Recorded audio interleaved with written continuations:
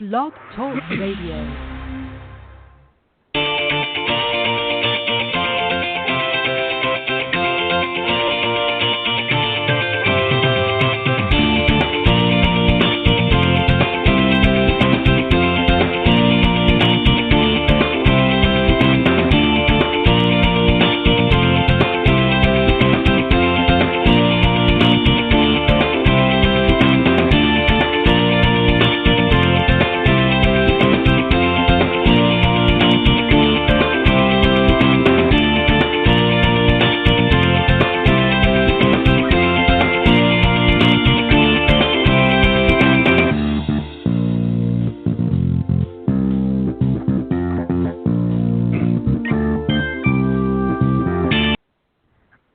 All right, good morning, everybody, and welcome to the Women of Golf Show. I'm Ted Odorico, and right alongside, actually not alongside today, she's out on at an event, and we're going to talk about that, of course, is none other than Legends Tour player and LPGA professional Cindy Miller, and we are the hosts of the Women of Golf Show. Good morning and welcome, Cindy. Good morning, Ted. How are you today?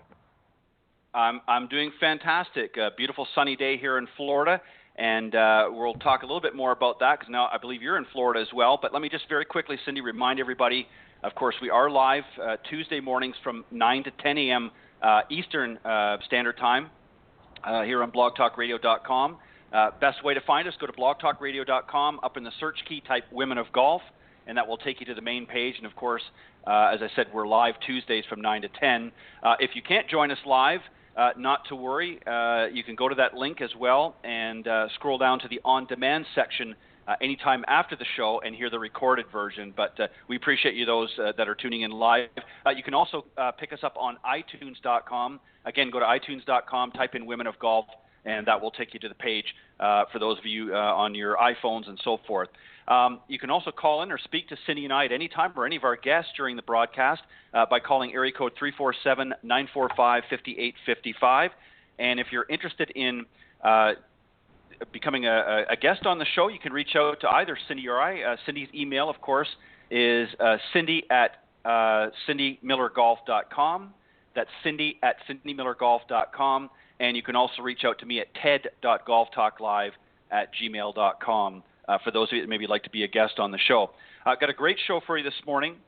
A couple things. We're going to get caught up with Cindy, what she's up to this week, and also a learn how to hit kit that she's come out with, and we're going to get her to talk a little bit about that. And then we're also going to remember the loss of an LPGA professional, Dawn Coe-Jones, who and I'll mention a little bit more about that, who we lost her this past weekend. And then our very special guest joining us in the second half of the show is Courtney Mahon Gildea. She's a Class A LPGA golf instructor with the Tour Striker Golf Academy at the Raven Golf Club in Phoenix. So we're going to be joined by her in the second half. But in the meantime, welcome everybody. And again, welcome Cindy.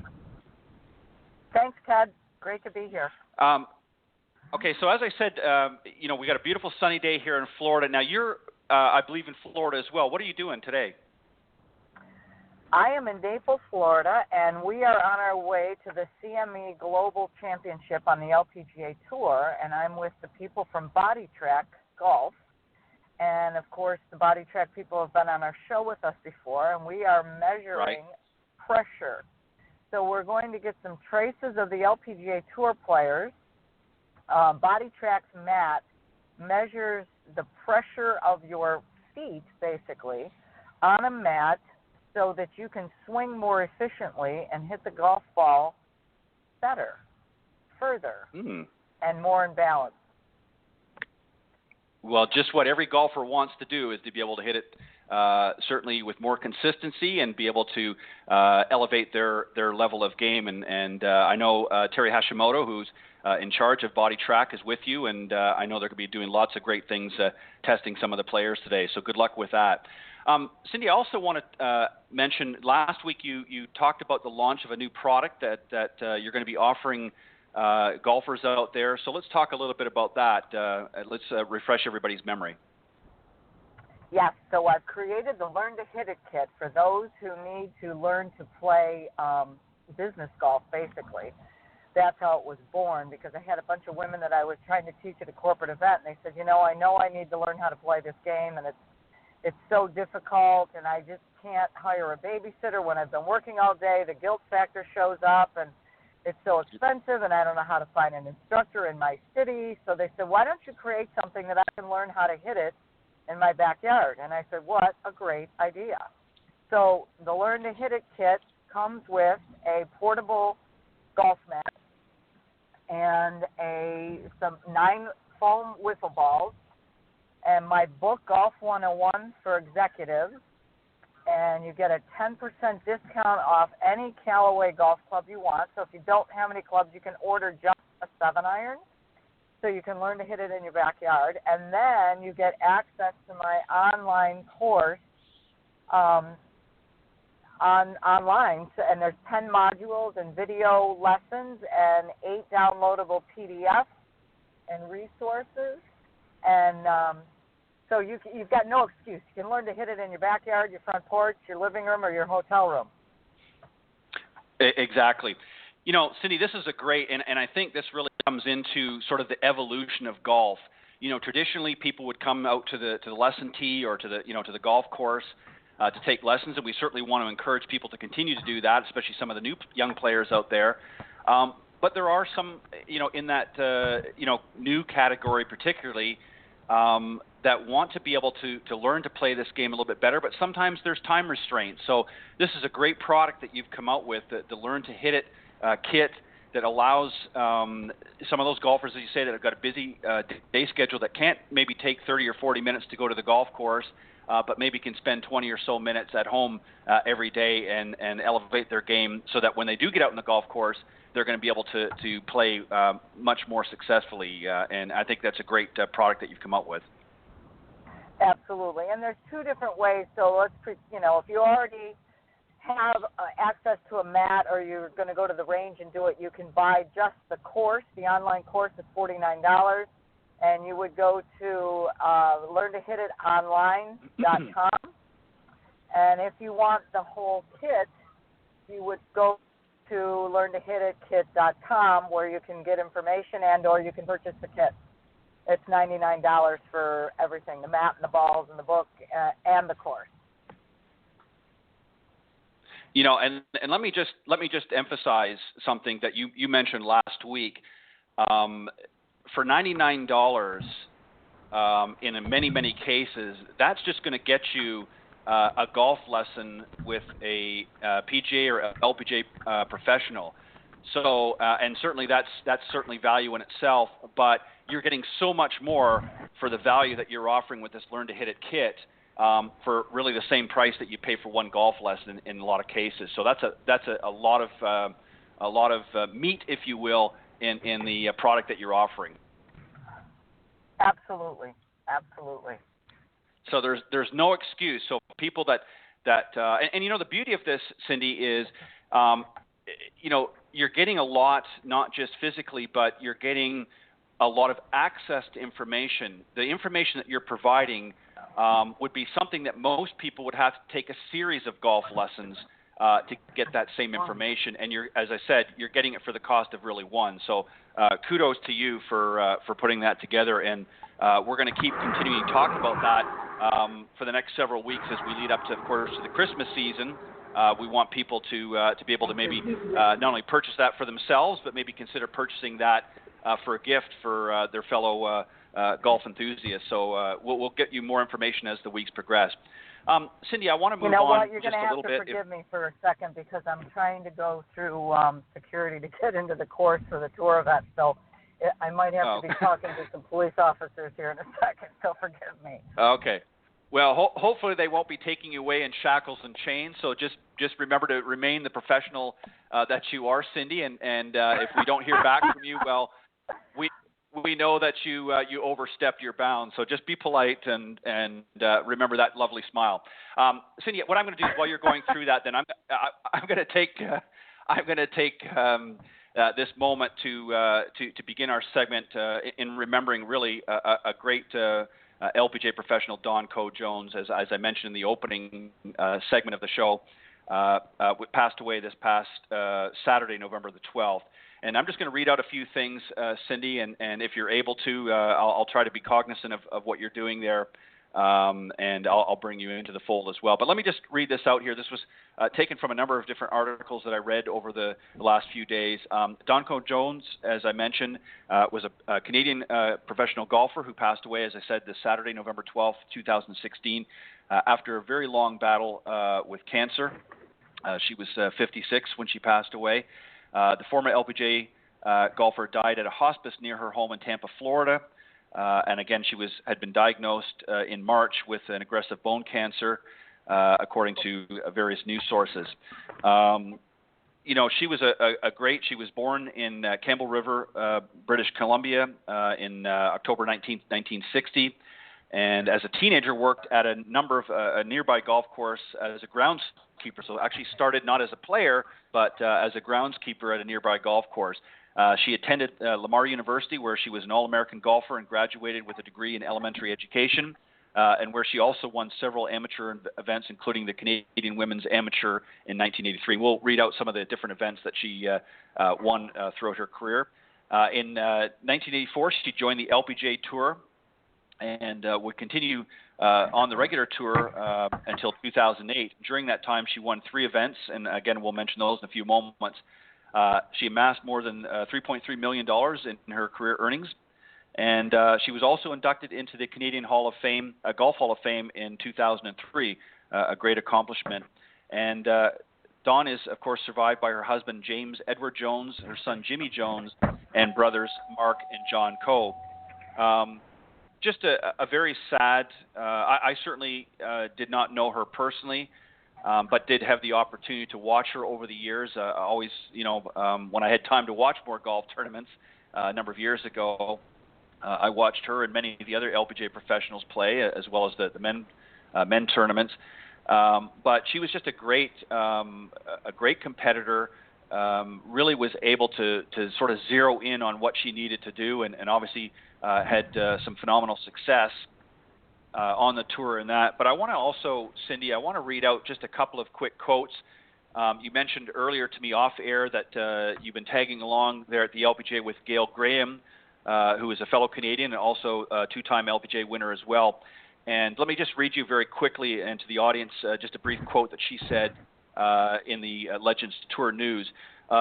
Dawn touched so many people. Gail Graham, a fellow Canadian 2-time winner, said this past week, she was always the one who worried about others. That says a lot about that person's character, who was thinking more of others than yourself, a very selfless act. And that's not something that we see very often, unfortunately, anymore.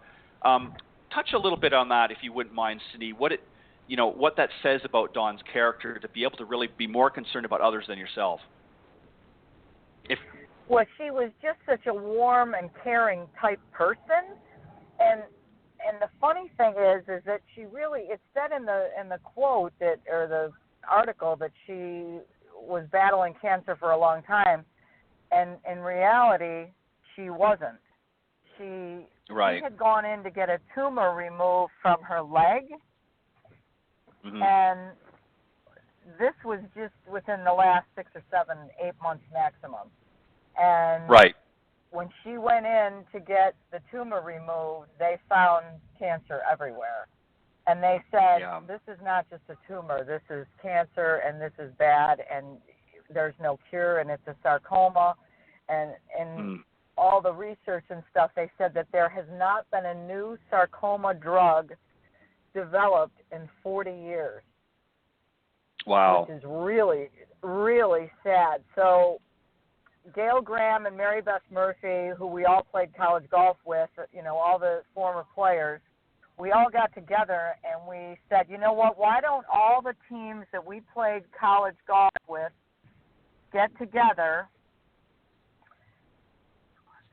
and we'll raise money for sarcoma research, which is what we absolutely did. And we raised like $40,000 with all these golf teams for sarcoma research, which is, wow, that's awesome. That's that's fantastic. And she knew that she wasn't going to make it, and they had a charity fundraiser not too long ago. It was awesome. It's just, she's such a doll, and she's going to be missed severely. And her son, Jimmy, is playing college golf at the University of South Florida. He played in the Porter Cup this year.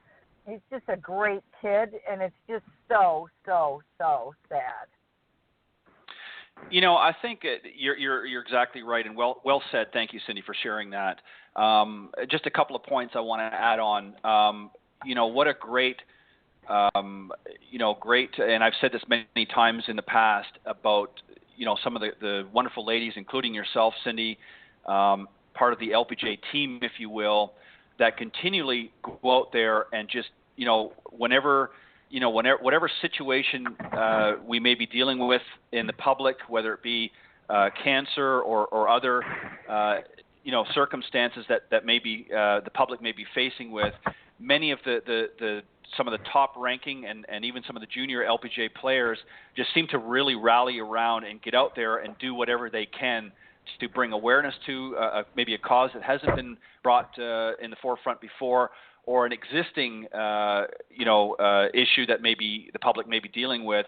They seem to just rally the troops around and get out there and do everything they can to raise funds when needed and so forth. And I've said this many times as well, you know, kudos to the LPGA Tour and all of its members for all of the hard work that you ladies do and doing that. And I'm sure Dawn's looking down and just appreciating all of the fond memories that are being shared over this last week by many of her fellow players and friends and family. But also, I'm sure she has felt proud over her career for being part of an organization that isn't just out there for their own doing, but cares enough to give back to their communities. And you ladies just do a phenomenal job. I couldn't be prouder of a group of individuals than I am of the members of the LPGA Tour. Well, thank you. I also want to read out quickly here too as well, Cindy, a quote from, or also a note, if you will, from Jane Blaylock, the CEO of the Legends Tour, who we've featured on the show a number of times as well.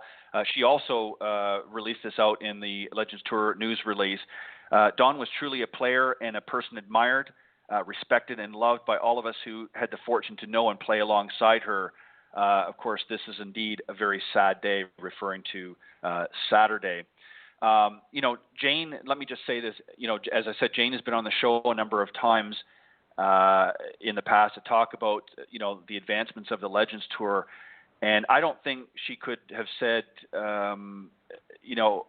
enough about all of the wonderful women that she's had the opportunity to play alongside, but also to be able to help develop this Legends Tour and really showcase some of the great ladies, Kathy Whitworth, Rosie Jones, Carol Mann, yourself, Cindy, just on and on, some of the newer ones that have come in here over the last few years as they qualify and are able to play on the Legends Tour. And it's just nice to see just the camaraderie, as I said a moment ago, with so many great individuals. And I can tell that these comments and statements that have been made by both Gail and Jane are certainly heartfelt, and I agree that they are certainly going to miss one of their own, Dawn Coe-Jones.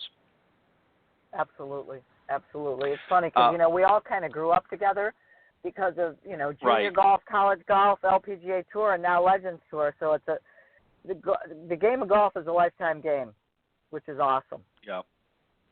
Yeah, and we're going to have the fortunate honor here in just a little bit of being joined by a younger player, Courtney Gildea. She's a Class A LPGA golf instructor and also played for a number of years. I think this is her 9th season. She's played on the Symetra Tour, who we've also had the opportunity to feature many young up-and-comers on that tour as they make their way to the LPGA regular tour. But she's going to be coming on here, and I know she wants to talk about certain things, but there's a couple of questions that I put together, Cindy, on our behalf that I want to ask her as well. And one of them is this, and I'm just going to sort of throw this out here now with you, Cindy. Maybe we can talk a little bit about that, and then we'll get her perspective on it.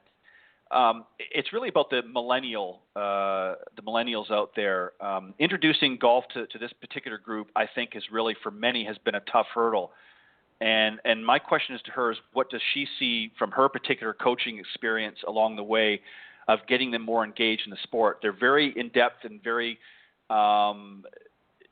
more interested in social media and things like that. And I know many people have tried through social media to engage them, and some have had some success, but it has been difficult. Have you found that as well, challenging with some of the younger generation? And I'm not talking the real juniors. I'm talking about sort of the middle school up to even collegiate level, that sort of category. Have you found it difficult to get them out on the golf course? I have not. Well, you're one of you're one of the lucky ones. What's the secret? Maybe just to have fun. It boils down to just having fun. I think they need to be invited to play. Right. And I think if you invite them, then they might, they might not have access. Their parents might not, and if they don't have any friends to play, then they would never even attempt to play. But I think if you invite them, that changes everything. And well said. And I know, Cindy, just from conversations that we've had on the show and off, I know that you do a great job of bringing a lot of young players to the game, and not just those that are aspiring to play professionally, but those that just want to go out and, as you said, have fun. I think the point I'm getting at, and you kind of just alluded to this here in your response, I think one of the concerns that I have is in the way that we're marketing new golfers. The perception, and maybe I'm completely wrong, and please feel free to disagree. I think one of the misconceptions by a lot of younger people out there is that golf is not for them. Golf is a sport for those that want to play on the tours or play at a professional level or collegiate or whatever the case may be. And it's not meant to be, or in their eyes, just recreational if they want to, just to go out and have fun and another avenue to, as a potential business tool down the road when they get out in the workplace. They see it as a highly competitive sport for those that want to play at a professional level. Do you agree with that assessment that maybe there's been a misconception, and maybe do we need to adjust the way we market golf in future so that people understand it's not just to be competitive out on tour? Well, I believe if that's their assumption, then yes, it's incorrect, and yes, we need to do something about it. I think it's all on how you market it. Learning to come out and play the game of a lifetime, as I just mentioned. I only played on the LPGA Tour for 3 years, and I played on the Legends Tour a little longer. But the point is that there's always a window. You're not going to be great forever. Learn how to play, learn how to compete, and you don't have to compete. You can just play for fun. You don't even have to be on your golf team. You can. I have a dad who wants his son to play, so he's got somebody to play with on the weekends. So family time, recreation. So there's a lot of reasons. And exercise. Let's go walk. 7 miles, 8 miles when you play 18 holes. Yeah. So, well, I guess the reason why I mention that is, when I watch some of the commercials and things that we see promoting golf, we obviously, and I understand the reasons why. It's part of marketing. It's part of product endorsements and things like that. And there's nothing wrong with that. But I'm just wondering if maybe there needs to be a balance. And again, you just made a great point about a gentleman that you're working with that wants his son to learn to get out there and be able to play with him on the weekend. So I think there's and I'm going to use this as an example. I know maybe it's not the greatest example, but I remember a number of years ago, the city of Las Vegas, when trying to sort of really reinvent itself, started promoting towards family and getting families to come to Vegas as a family experience, not just, your high-end gamblers and that sort of thing. And they did a very successful campaign for a number of years, and it did attract a lot of, not just, again, your hardcore gamblers, but it attracted families to come and experience Las Vegas. And they created things to do that were family-oriented. And I'm just wondering if maybe the golf industry in its promotions could maybe follow suit and promote more of family golf, getting the kids involved for those parents that play, or Kids that maybe just want to have something else to do. Maybe that might be an approach, and maybe there is some of that going on an individual, but I'm saying on a national scale, I think maybe that might intrigue some younger players to want to play if they see that it's not just geared for one segment of the population. I don't know. It's just a thought, but any comments in that respect? Well, I'm sure you're absolutely right, and again, access. So, yeah. If my opinion is that we should have some shorter courses that would take less time to play, and maybe light them so that you could play at any time. I think that would be a huge benefit to people. Right. And I, so because the number one thing is it's too expensive and it takes too long. Okay, so let's make it less expensive and shorter. And Yeah. Yeah, and I think the accessibility is a big one as well. It's not just the cost factor. That's certainly up in the forefront. But you're exactly right. Most people's experience to golf for the first time is, of course, the driving range. And certainly there's nothing wrong with that, getting out there and hitting a few golf balls. But it's very difficult, certainly at the cost levels in some cases, for a family to go out and say, okay, well, let's go out and play, even 9 holes. I mean, if you've got a mother and a father and 2 kids that want to play, it can be quite costly by the time you add equipment in and all of that. So, I remember, and I don't see as much of this anymore, maybe because it fizzled out, and maybe we need to have a resurgence. But I remember you used to see a lot more par 3 executive courses out there that were, they were par 3s, every hole, and it was a little easier to play. It was much more affordable, and a family could go out there very inexpensively. And most of them offered clubs as well. It might be just, certainly didn't need a driver, but might be a few irons and a putter. But you were able to get on there fairly inexpensively. And it seemed to move away from that, and we got into, some of our bigger courses that we see now seem to expand. And I just wonder if maybe the golf industry should focus on, say, and I know some courses do have a par 3 course, but a lot of people don't really know that unless they've been out there. So I'm just wondering if that, as you said, to add to that accessibility, if maybe the industry should take a look at that seriously and say, okay, let's create a product that the whole family can engage in, that's not going to break the pocketbook, especially in this day and age when people are struggling financially a little bit more. They're less inclined to put that sort of cash outlay. So maybe there's some opportunities there. And I like what you talked about, Cindy, at the beginning of the show with your Learn to Hit It kit. A lot of people, again, may not be able to sign up for a series of lessons. That's a great way with your Learn to Hit It kit to introduce people to golf, because that's something really the family can do together within their own home. Absolutely. And the other thing, the beautiful thing about the online course is you can go back and watch the videos over and over again, which is, what you should do until you can accomplish the skill. Right, exactly. And you get proficient at it. So it teaches you how to hit it clean, airborne, and straight on purpose, and you can keep going back and reviewing the video lesson, which is a very inexpensive way to improve your skills in your backyard, and you don't have to pay $10 for a bucket of balls. Right. And the other thing that it does too, I think, especially for some of the newcomers, and I'm sure you probably heard this same comment before, but a lot of people, especially if they've never played before or very, very new to the game, are intimidated to go to a golf course. They don't know what to expect. They've really had very little, if any, exposure to the game. So they're apprehensive. They don't know what questions to ask. They don't know, anything really about the game at all other than what they've seen on TV.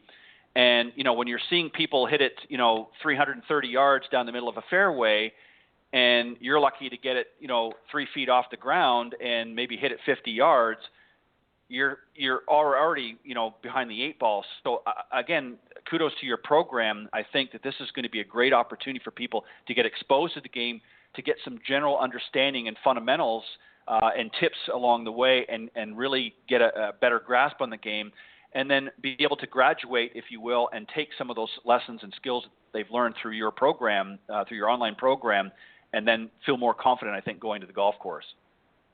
Absolutely. And that's the hope and the purpose and we're going to continue. Exactly. And what we're going to do, Cindy, is we're going to keep plugging that throughout the shows, particularly right up to Christmas, as I mentioned earlier. What a great opportunity for those out there that want to maybe get a special gift for somebody at Christmas time or a birthday or really any time. But if you're not sure what to get somebody for the holidays, this is a great gift and very, very reasonable. All right, Cindy, I see that Courtney is with us here. So let me just do a very a quick introduction, and then we'll bring her out here. And I know we've got some questions for her. As I mentioned earlier, folks, our very special guest this morning is Courtney Gildea. She's a Class A LPGA golf instructor with the Tour Striker Golf Academy out at the Ravens Golf Club in Phoenix, Arizona. And she really developed this game at a very early age. Her father, who was also a Class A PGA professional, through his passion for the game, really helped to encourage her to become an elite competitor and coach. She had a successful amateur and professional career competing for the University of Arkansas, as well as various other professional golf tours, including the LPGA Symetra Tour, which I mentioned. In addition to a professional playing career, she began coaching her career as the head women's golf coach at the University of Missouri, Kansas City. And for 5 years, she balanced tour life with some of her various coaching positions until she realized what she calls her true passion, teaching people how to better enjoy the game of golf through improving their performance. And just a lot of great accolades that she has in her resume. And we're going to talk a little bit more about that. But let's welcome our very special guest, Courtney Gildea. Good morning. Hi, Ted. Hi, Cindy. How are you? Good morning. Thanks for having me. We're doing great. Thanks for joining us. No problem. This will be fun. Courtney, I want to start off, and I know you have some things that particularly you want to make sure that we discuss today, but I want to start off very quickly a conversation that Cindy and I were having a few moments ago, and I'd just like to get your quick take on it as well.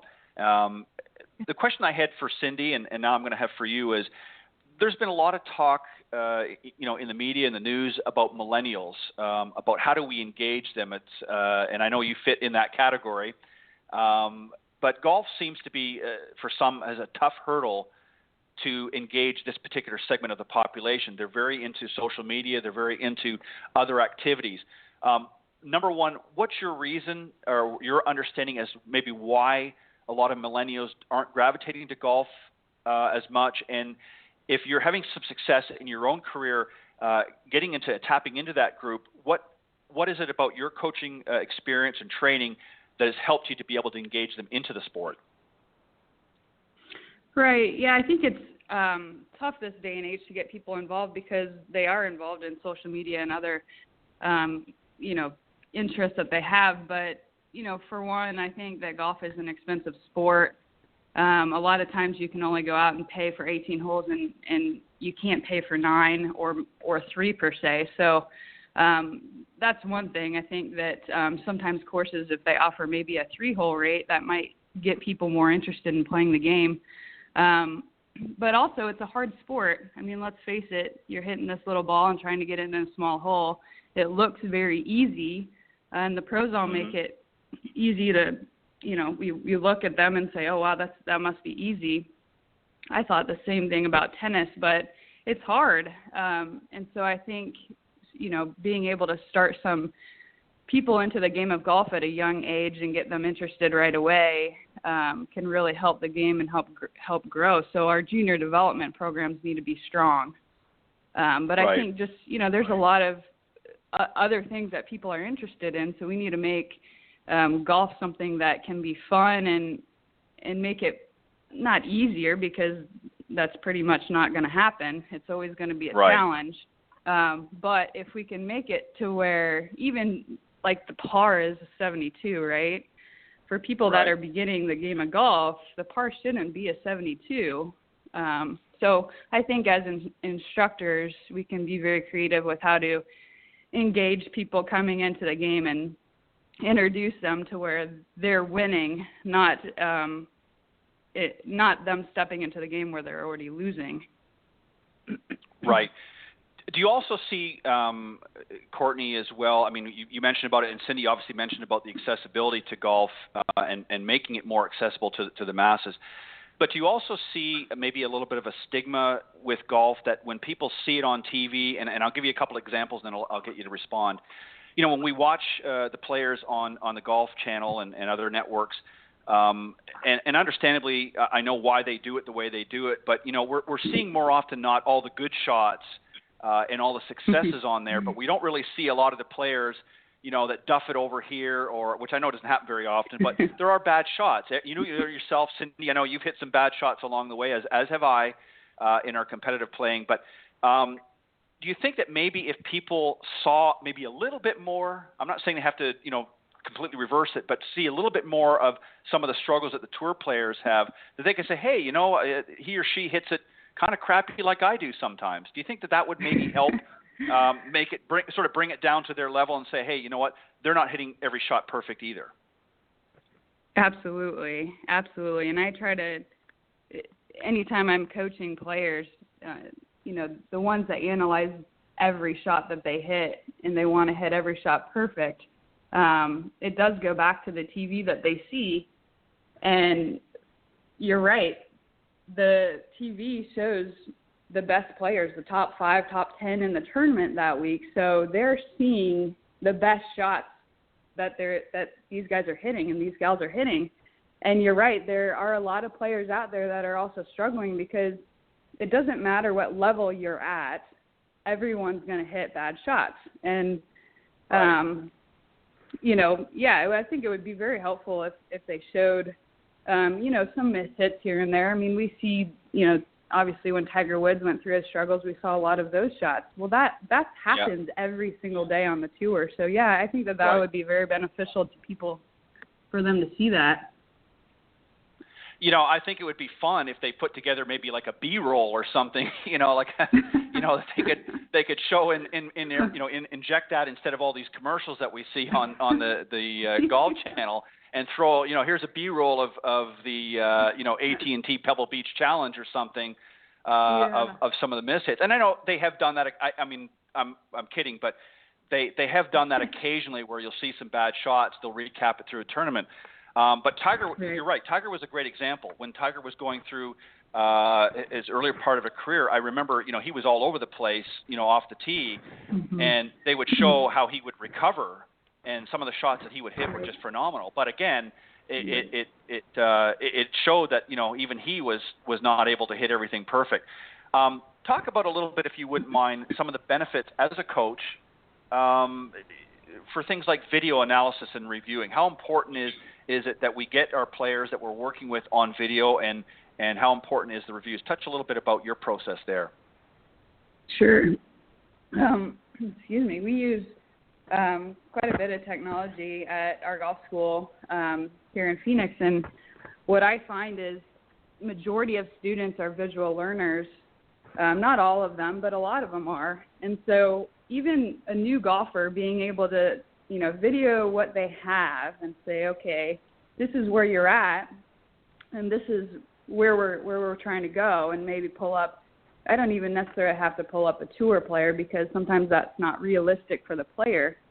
But being able to say, okay, this is where you are, and this is the position I kind of want you to be in.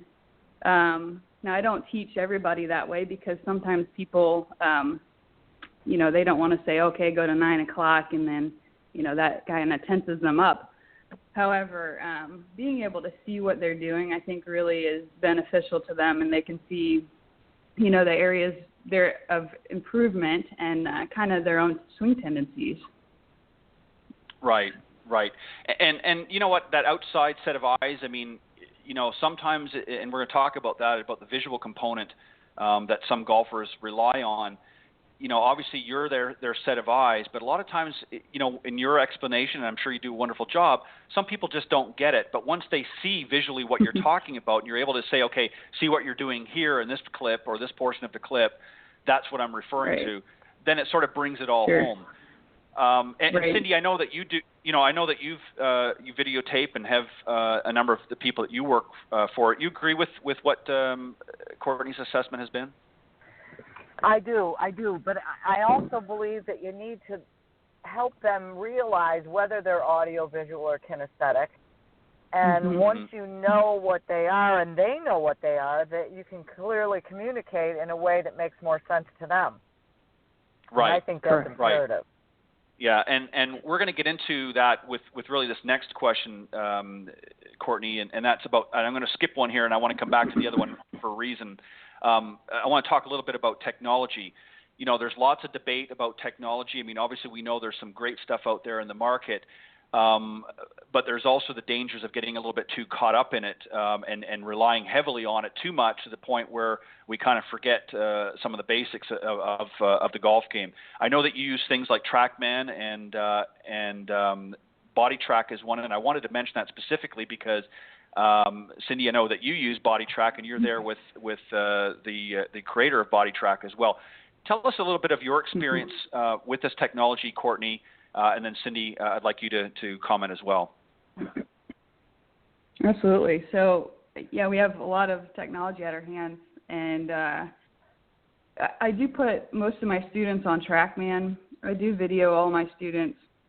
I use BodyTrack as well, which is really, for those of you that don't know, just kind of weight pressure in your feet, and it shows you where your weight goes, toes or heels, right foot, left foot, and that really does impact the swing plane and how the club is going through the impact zone. So anyways, you know, using all this technology, as a coach, I like to see that information, but how I portray it to my student is another aspect. So, for example, if I have a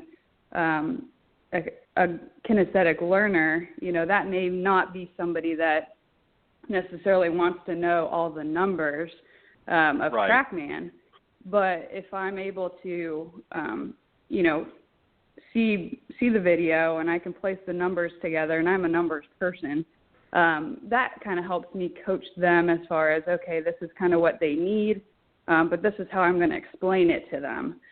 So I think that it's beneficial as a coach for us to understand as much as we can, because the last thing I want is a student to come to me knowing more information than I do.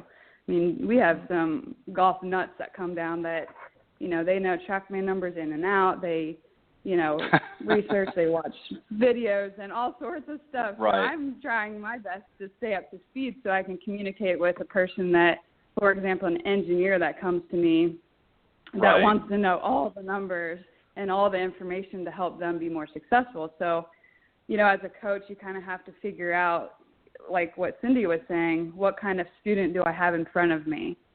I'm going to put you on video in TrackMan, but I may not use that or may not communicate to them, you know, your path is 10 degrees to the right. You know, that may not be beneficial to them. So I think, you know, as long as you're using technology to your benefit and to your students' benefit and not overdoing it, there's definitely a fine line there. Then, you know, I think it can be very beneficial, you know, to their success. Right. And Cindy, you know, as we were talking earlier in the show, you know, Cindy is at an event down in Naples, Florida this week, and she's there with Terry Hashimoto, who is from, of course, BodyTrack. And Cindy, you know, you're going to be using that tool to, you know, get some information. And there's really a great opportunity here. One of the things I like about it is not only does it give a chance to put some of the players on there, but this is also can be used as a learning tool, Cindy, for some of the coaches, because you're gathering information from players who are playing at a high level. So it gives you sort of what's the word I'm looking for? A level, if you will, to say, okay, this is what some of the best. Yes, thank you. God bless you. A baseline, you know, to sort of work with. So maybe just talk a little bit about that, Cindy. You know, what you guys are doing there at the event this week. Well, the BodyTrack has been on the men's tour a lot, and they have lots and lots of traces from PGA Tour players, and they know what the most efficient and effective traces are for the best players in the world, and that's marvelous. But I don't teach a lot of tour players. I teach Mrs. Smith and Mr. Jones, and how is that going to help them? So we're trying to get women's traces because we don't have as many LPGA Tour players. They have a bunch of Symetra Tour players. To see what's the difference between elite players on the men's and the women's side, but also to figure out what's the best way to help normal people, because they're trying to sell body track mats to as many LPGA and PGA instructors as possible. And for me, selfishly, I want to get better because I want to play in the Women's U.S. Senior Open in 2018. And I am not using my body as efficiently as I should or could. So you're always able to improve. And so the funny thing is, yesterday we got Ariana Jutanagan and her sister on the body track, and their traces are totally different. And you can definitely see why Ariana hits it so much further. And the funny thing is, at the end of the day, as I walked over to the volunteer tent on the range, a nice old guy who was volunteering said, "Hey, what are you guys doing?" So I explained it to him. And he said, "Well, I'm retired. I'm from Dallas. I live here now in Naples." And I said, "Well, you know what? We're about ready to go. So I'm going to bring this mat over, and we're going to do a trace on you." And so the funny thing is he said, "Well, I'm 75 years old." Well, that doesn't matter because he's not reached his potential. He's still working on his game. So we did, behind down the line and the face-on, version of the V1 with the body track thing, and we sent him the video, and he goes, "Well, how much is this thing?" And I said, "Well, it's $3,200. He goes, "Well, that's not bad." I go, "Well, look, here's the deal. You can hook this up to your TV, and again, it depends on the customer and what's their why. And his why is, I want to get better, and I want to hit it further, and I'm old." And I'm like, "God bless you. That's awesome." So, he can sit there and practice in his living room and put this, do an HDMI cable on his TV and practice his pressure, So there's all kinds of uses for it. That really, Body Track was born from the medical industry. They used the sensors in hospital beds for bed sores and wheelchairs. Right. So the golf application grew from the medical industry, and they're doing all kinds of awesome things with it.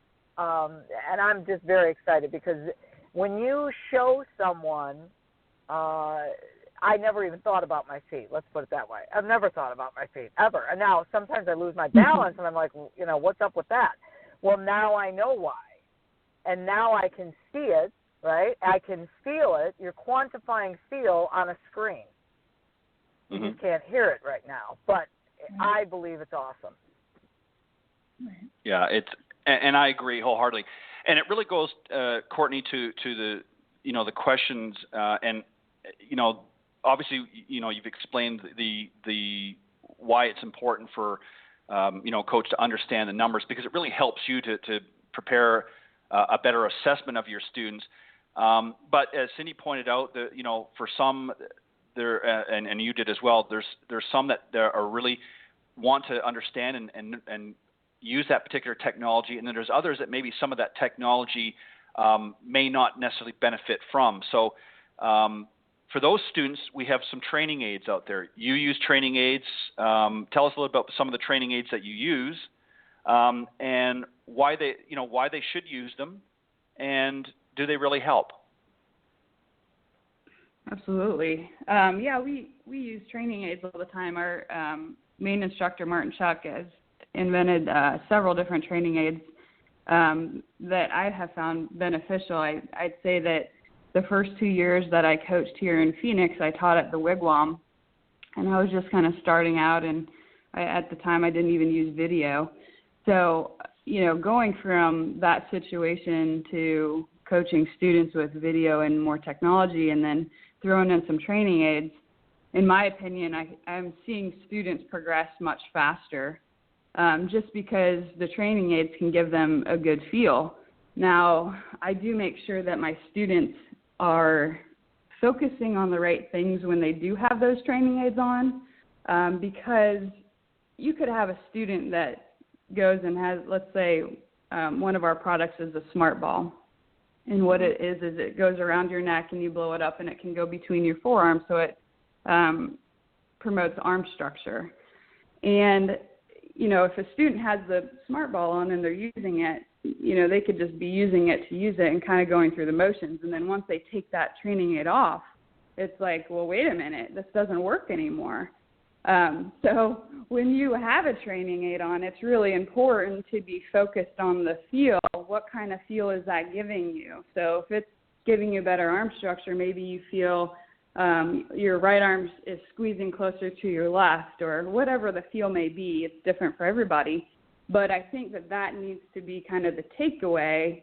That way when we try to transfer it to a golf course or life situation, the student isn't lost. And I think if you are going to use teaching aids, I think that's a really important part of it, is that, I can play great with this training aid on, but I can't take the training aid to the golf course. So why would I use the training aid? So I think how you use the training aids would be, essential to their success as well. Well, exactly right. And I think that, again, it's like anything, if you equate it to the exercise industry, there's lots of great videos, DVDs, training aids in the exercise field as well. Mm-hmm. But the problem is what most people do is, when they're in the class, they're doing everything right. But if they try to do it on their own, for some reason it just doesn't seem to gel as much. And I think there's a disconnect sometimes with people. A lot of times they might be at a golf course and you've got a training aid or something that you're using, and maybe it's something that you're offering for sale in the pro shop, and they say, I'm going to take one of those and I can use it at home. But when they get home and away from that environment, if they don't truly understand the connection between the aid and what it's and the feel, as you said, then a lot of times they lose and it ends up collecting dust in their garage. So that's a key element right there, is I think that not only having the aids available, but making sure as coaches that the students fully understand what they should be feeling from that experience, so that they can, if they're away from you, because like you said, out in the golf course, they can't take the training aid with them. Well, they can't take the coach necessarily. I mean, certainly in a practice session, but in a tournament environment, the coach can't follow them around every hole and say, okay, Sally, you need to do this, and no, here, you're not doing that. Your arm's a little bit this way. So they have to be able to understand and absorb the information that they're getting through their practice sessions, and be able to relate that out in the golf course. And I know that you do that, very eloquently when you take your students, I'm sure, out on the golf course, correct? Correct. Yeah. And, another good way that I like. Sorry. Yeah, sorry, that was for you, Courtney. Yeah. Oh, is that for Cindy? No, it was for you. Oh, for me. Okay. Yeah, so when we take them onto the golf course, occasionally we'll have them use training aids, but are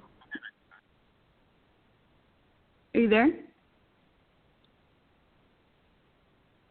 Go ahead, Nicole. Or sorry, I was looking at something. Go ahead, yes, Courtney. I'm sorry. Yeah, so we do take them on the course with the training aids, but there's to a point. Go ahead, Courtney. We want them to be able to use what they learned in their practice session on the golf course.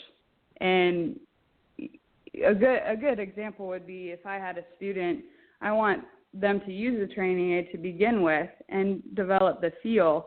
And then the next step would be, okay, let's do your rehearsal swings with the training aid in, and then you're going to actually hit some shots without it. That way you're trying to transfer that feel into a swing where they aren't using the training aid. And then when we take them onto the golf course, most of the time we don't have the training aids with us, but if they need more work with it, they can always do that. Okay, I think we had a little glitch here. Can you ladies hear me? We can. I can hear you. Okay, I'm not hearing either one of you. Hear me?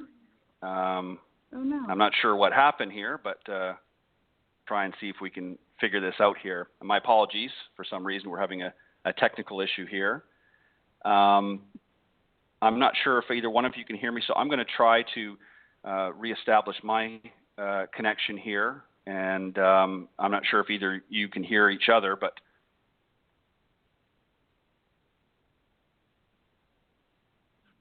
Courtney? Yes, Cindy, I can hear you.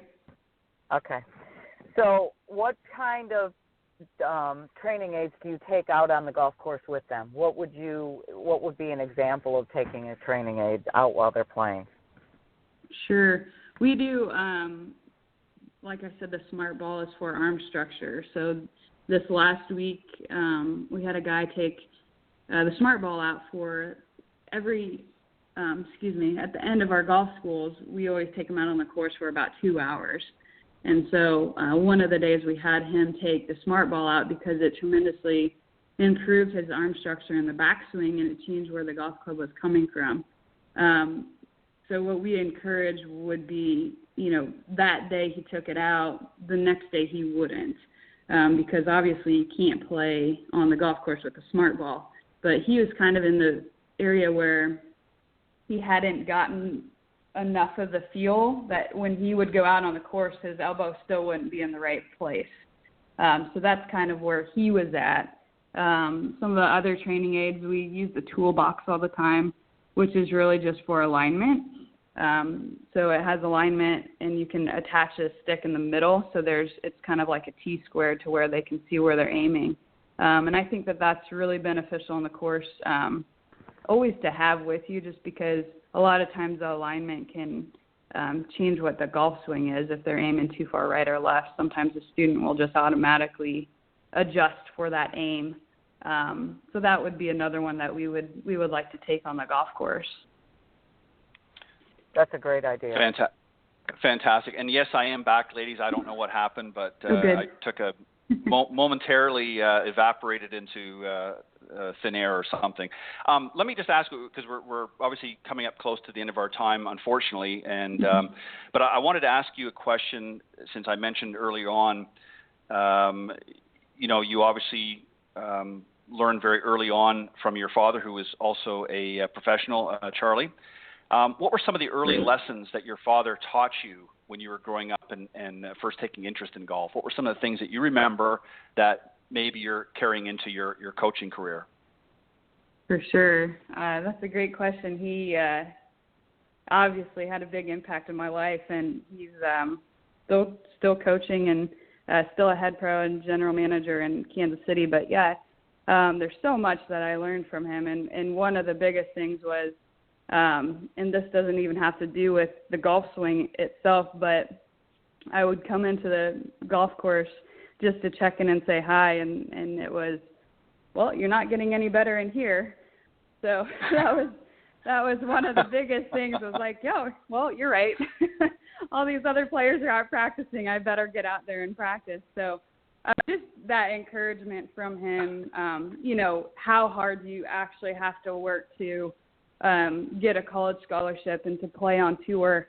I think this is really geared more towards the young ones that are interested in, pursuing a career playing on tour, was, just that encouragement, not a forceful, you have to go out and do this, but it was just kind of a reminder of, you're right, I shouldn't be sitting in here for hours on end when, I could be out practicing. Just different short game drills that he would help me do. And obviously with the golf swing, he was always, very smart about, let's just focus on this one thing and not 8 different things. So I think that that's one thing that really has gone into my coaching is students get so many swing thoughts and swing changes that, it really limits them as to what their potential could be if, here's your training. I have 3 things for you to work on, but this is the order of importance, and this is the only thing that you focus on right now. And once we start improving on this, then we can go to step 2. And I think, just planning out the lesson was something that he always did well, and that's something that I have, incorporated into my coaching as well. I would say that fathers can be the great equalizer when it comes to telling you straight, as opposed to mothers. I know, when my father first took me out, that's of course how I learned the game. And I remember the very first time he took me out in the golf course and was giving me a few pointers here and there. And I remember him at the end of the session. He said, "Jack Nicklaus has nothing to worry about." So that pretty much summed it up for me. Right. But no, I'm just kidding. Exactly. But But that sounds like he gave you some great advice. So what's next for you, Courtney? I mean, are you still? Let me ask you: are you still competing on the Symetra Tour? And in addition to your coaching, and then let the folks know if they want to reach out to you, if they're in the Phoenix area, if they want to reach out to you and maybe work with you, how they can get a hold of you. Sure. I don't compete on tour anymore. I actually just had my first baby in July, so she's 4 months old. So I'm balancing my coaching and being a mother, and it's amazing. So we're really enjoying that aspect of our lives right now. But yeah, I still coach and I love it. I'm doing the Tour Striker Golf Schools here through the end of the year, and then we're going to restructure some of the things that I'm doing for myself personally. But you can always reach out on social media, or my email on my website, CourtneyMahonGolf.com is probably the best way to get a hold of me. Perfect.